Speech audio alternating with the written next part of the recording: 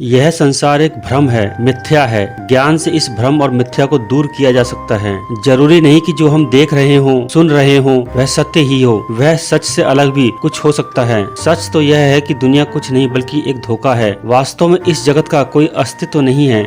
जो ऐसा सोचते हैं उनके लिए मौत के बाद मुक्ति के बारे में सोचने के लिए यह एक अच्छी प्रेरणा है। अगर सचमुच ऐसा ही है तो फिर यह बात मायने नहीं रखती कि हम जीते हैं या मरते हैं। यह एक सपना है। सपना चले जाने से किसी को जरा सा भी दुख नहीं होता। मन वापस सामान्य हो जाता है। देखा जाए तो यह दुनिया एक बंद आंख का और एक खुली आंख का सपना है। खुली आंख में यह दिखने लगेगा तो जीवन में बोध आ जाएगा। ज्ञान के प्रकाश से ही इस धोखे को काटा जा सकता है। कहा जाता है कि एक संत गंगा के किनारे आश्रम में रहकर शिष्यों को पढ़ाते थे। एक दिन उन्होंने रात होने पर अपने एक शिष्य को कोई वस्तु दी और बोले, इसे अंदर जाकर मेरे बिस्तर पर रखाओ। शिष्य वस्तु लेकर वापस आया और डरते हुए बोला, गुरुदेव बिस्तर पर तो सांप बैठा है। संत ने कहा, तुम दोबारा अंदर जाओ, प्रभु के नाम का जाप करना, सांप भाग जाएगा। शिष्य फिर अंदर गया लेकिन उसने देखा कि सांप वहीं है। वह फिर डरकर वापस आ गया। अब गुरुजी ने कहा, इस बार तुम दीपक हाथ में लेकर अंदर जाओ। शिष्य दीपक लेकर अंदर पहुंचा तो दीपक की रोशनी में उसने देखा कि जिसे वह अब तक सांप समझ रहा था वह तो वास्तव में एक रस्सी है। अंधकार के कारण ही वह उसे सांप की तरह दिखाई दे रहा था।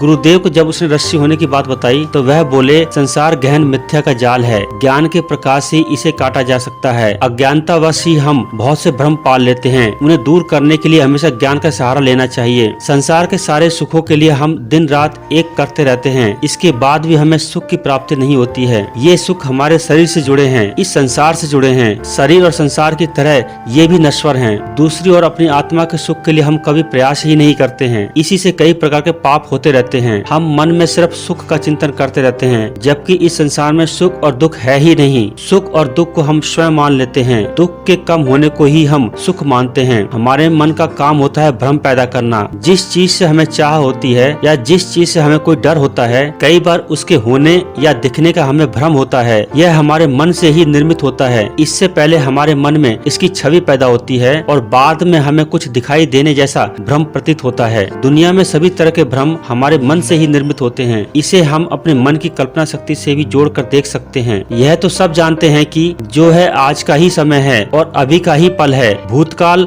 या कहें बीता हुआ कल और भविष्य काल या आने वाला कल जैसी कोई चीज नहीं होती है।